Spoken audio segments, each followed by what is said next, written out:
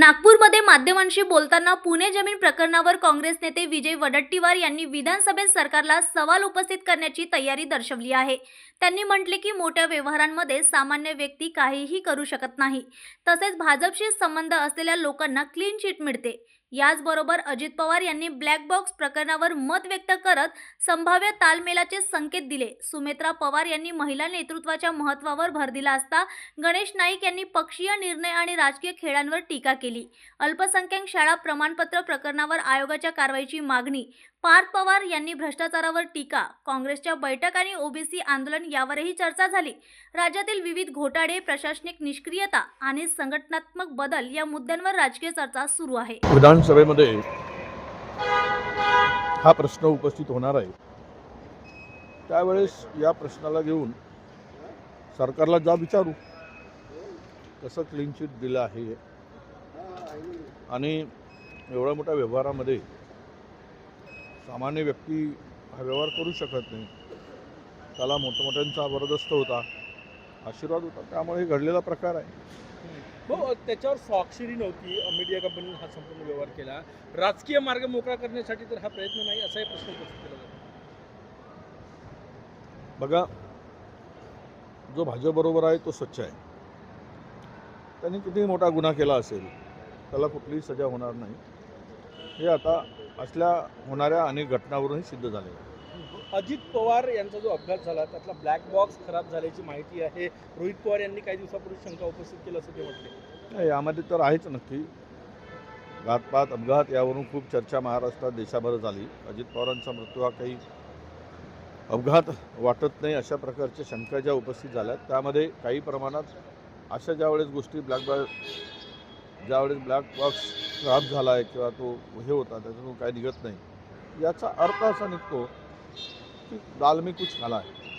भाऊ, सुमित्रा पवार यांना राष्ट्रीय अध्यक्ष केलं जातं राष्ट्रपतीचं, एक महिला म्हणून त्यांना ही नेतृत्व येतं, कशा प्रकारे बघतात? हा नाही, तो पक्षाचा निर्णय आहे, कोणाला अध्यक्ष नेमावा, कोणाला काय करावं त्या पक्षाचा निर्णय आहे। आम्हाला आनंद आहे की महिला म्हणून त्या एखाद्या पक्षाचे राष्ट्रीय अध्यक्ष होत असतील, तर आमच्या त्यांना शुभेच्छा। गणेश नाईक यांची तक्रार जी आहे ते मुख्यमंत्री देवेंद्र फडणवीस यांच्याकडे करण्यात आलेली आहे। ते वारंवार टीका करतात एकनाथ शिंदे यांच्यावर। ते ती सगळी नुरा कुस्ती आहे, त्यामध्ये फार काही वास्तविकता आहे, सत्य आहे असं समजण्याचं काही कारण नाही।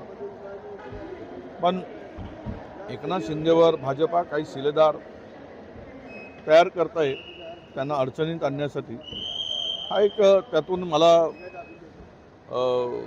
या सगळ्या घटनावरून मला दिसत आहे। अल्पसंख्याक आयोगाच्या काही शाळा होत्या, त्यांना परवानगी देण्यात आली होती, खरं तर दुखवटा होता त्या काळामध्ये आणि शासकीय दुखवटा असताना अजित पवार यांच्यानंतर अधिकाऱ्यांनी परवानगी नसतानाही अल्पसंख्याक शाळांना परवानगी दिली।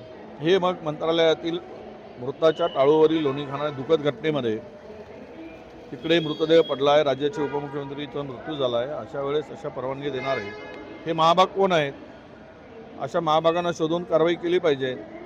कारवाई केली नाही तर असे ज्या वेळेस शासकीय दुखवटा घोषित होतो आणि अशा परिस्थितीमध्ये जर परवानग्या दिल्या जात असतील तर एकदा यांना धडा शिकवला पाहिजे।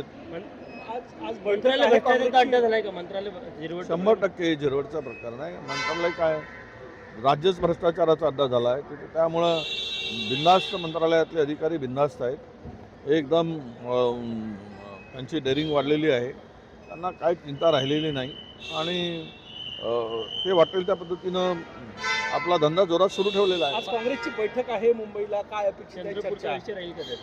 चंद्रपूरचा विषय घ्याल तुम्ही? होईल ना, आता चर्चा आहे, त्यामुळं मी असं नाही म्हणणार की काही, पण राज्यभरातील एकूण संघटनेच्या संदर्भातली जी चर्चा आहे तर चंद्रपूरच नाही, राज्यामध्ये संघटनात्मक बांधणीसाठी आणि काही बदल आहेत अपेक्षित, त्या संदर्भातली सांगोपांग चर्चा ती होणार आहे। आंदोलन होतं ते पुढे स्थगित केलं, पुढे ढकलण्यात आलेलं आहे ओबीसीच्या अनुषंगाने आंदोलन करणार। आणि आज आमची बैठक होती, माझी तब्येत पण काल बरी नव्हती, त्यामुळे आजचं आंदोलन आम्ही पुढे ढकललं आहे, पण ते आंदोलन आम्ही जोरात करणार आहोत, मोर्चा पण निघणार आहेत जिल्ह्यामध्ये। हा ओबीसीवरचा अन्याय जो आहे त्याला आम्ही ताकदीनं लढू। हे सरकार ओबीसी विरोधी आहे, हे आता लपून राहिलेलं नाही, हे आता स्पष्ट